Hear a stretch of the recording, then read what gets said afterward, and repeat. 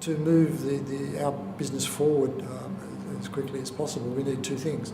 We need investment funds to do the applications development of our Granite technology.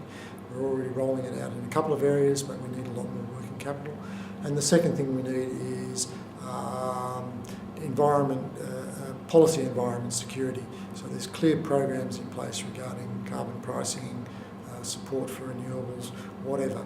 We need certainty in the policy area and funding. Well, I think like a lot of companies, it's the ongoing funding, and obviously on the back of the global financial crisis, things tightened last year. I think an equity in funding across the biosequestration area versus the geosequestration, I think would be a huge aid to the country in all facets, and I can only add, without primary industry, there's going to be a lot of problems ahead for Australia if we don't see this equality happen. The key thing that I think the entire Cleantech, green, low-carbon sector needs is actually a price on carbon, a clear direction from the government and policy around setting a price on carbon, whether it's a direct price set through legislation or whether it's a cap and trade system. That will drive investment, that will drive action, it will engage the business community to get on board and see the opportunities as opposed to the costs of embracing the low carbon economy. I think for Cleantech in Australia, there are several mechanisms that could be used to encourage further growth. Because that largely depends on where you're at within the grub curve. In other words, where you're at in the process of commercialising your technology. There's a lot of great support out there. If you're in the early R&D product development stages, then a lot of support for R&D tax credits. A good mechanism helps to get cash back into the business quickly, etc., or keep cash in the business.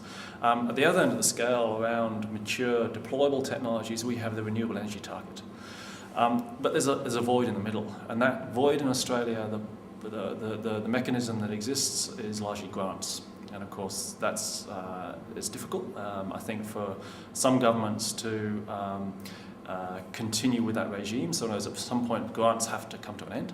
And you've had a limited period time slot in which to deploy those into certain technologies that you think will represent the future for the innovations in a number of different host industries. And it will be a question at some point of trying to understand, well, was that enough? And what other mechanisms could you introduce? And there are things like tax depreciation of clean tech assets that have gone into host industries that could be looked at. There's, I know, mechanisms associated with government procurement policy. So in Brisbane, for example, there's a big city council, and a government procurement policy there could be a very effective mechanism for trying to drive some of that increased deployment and encouraging the purchase of those types of technologies. Likewise, loan guarantee mechanisms are used around the world to support perhaps even early commercial scale demonstration in the form of sort of venturing loan guarantees, but certainly for project finance installations. So all these are useful mechanisms, but they all come at a price.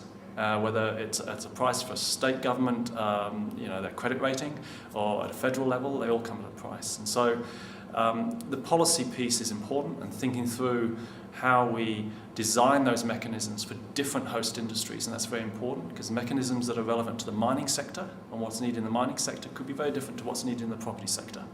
And understanding how Cleantech will support the innovation in those host sectors, I think we still need to do quite a bit of work in that space as well.